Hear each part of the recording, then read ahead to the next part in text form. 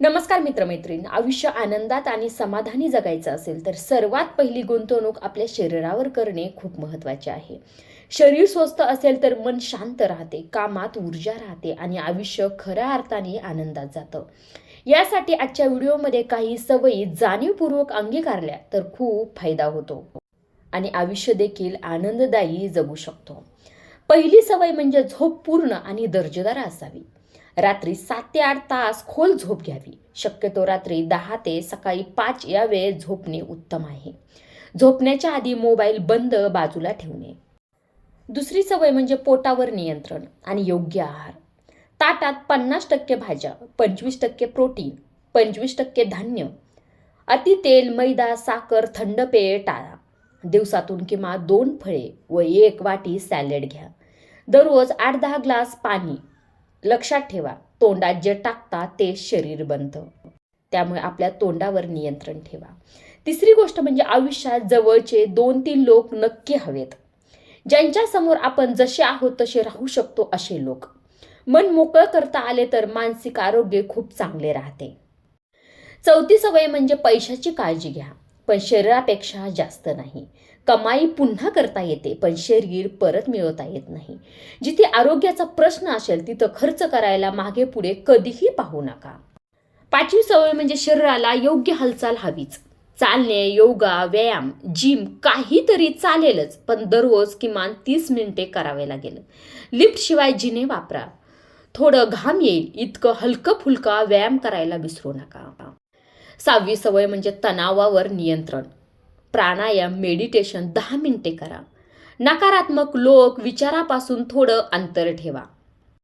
सातवी सवय म्हणजे मन दुखवणाऱ्या गोष्टी साठवू नका. माफ करणं शिका, जरी समोरचा चुकीचा असला तरी देखील. त्यांच्यामुळे स्वतःची किंमत कमी करू नका आणि स्वतःला दोष देणे देखील थांबवा. आठवी सवय म्हणजे वैद्यकीय तपासण्या खूप महत्त्वाच्या आहेत. वर्षातून एकदा हेल्थ चेकअप. महिलांची thyroid, haemoglobin, calcium, vitamin D, B12 तपासणी करावी.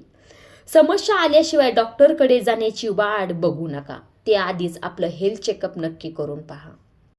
नववी गोष्ट म्हणजे छंद जपा. आयुष्य सुंदर होतं. स्वतःसाठी 20 मिनिटे जरूर काढा.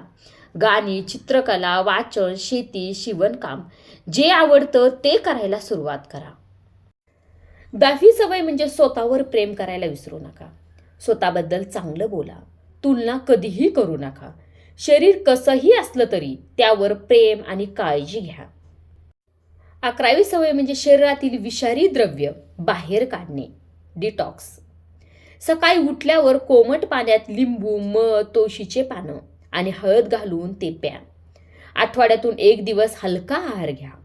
सूप, सॅलेड, फळे, ग्रीन टी, तुळस काढा, आल्याचा काढा हे तुम्ही घेऊ शकता. 13वी गोष्ट म्हणजे पोट आणि आतडे मजबूत ठेवणे. जेवल्यानंतर लगेच झोपणे, मोबाईल, पाणी शक्यतो हे सर्व टाळा. रात्री जेवण 7:30 पर्यंत झाले तर सर्वोत्तम. जास्तीत जास्त 8 वाजेपर्यंत झालं पाहिजे. नाचणी, बाजरी, ज्वारी आहारात समाविष्ट करा. 14वी गोष्ट म्हणजे हाडे आणि सांधे मजबूत ठेवणे. रोज 15-20 मिनिटे सूर्यप्रकाश घ्या. कॅल्शियम प्लस व्हिटॅमिन डी आणि B12 योग्य प्रमाणात होतं. सांध्यासाठी तूप, तीळ, सुकामेवा फायदेशीर ठरतो. हे नक्कीच घेऊन पहा. 15वी गोष्ट म्हणजे शरीर सैल सोडू नका. पाठीचा कणा सरळ. चालताना, बसताना, काम करताना शरीराची स्थिती योग्य ठेवा. सारखे वाकून मोबाईलकडे पाहू नका. ही सवय देखील खूप वाईट आहे.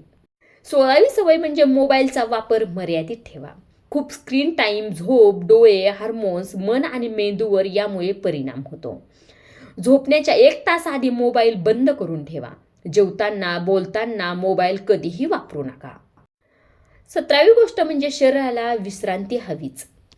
खूप काम केलं तर शरीराला आराम हवा. आठवड्यातून 1 दिवस रिलॅक्स डे म्हणून ठेवायला विसरू नका.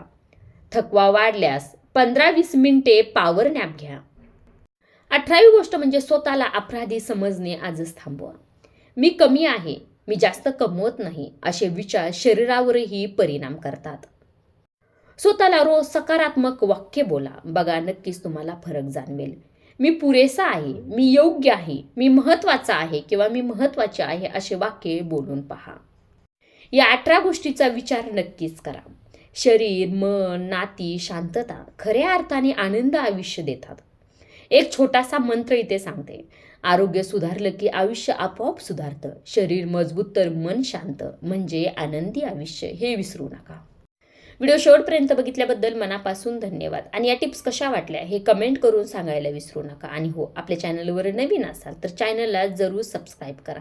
व्हिडिओ आवडला असेल तर लाईक करायलाही विसरू नका. भेटूया पुढच्या व्हिडिओमध्ये. तोपर्यंत धन्यवाद.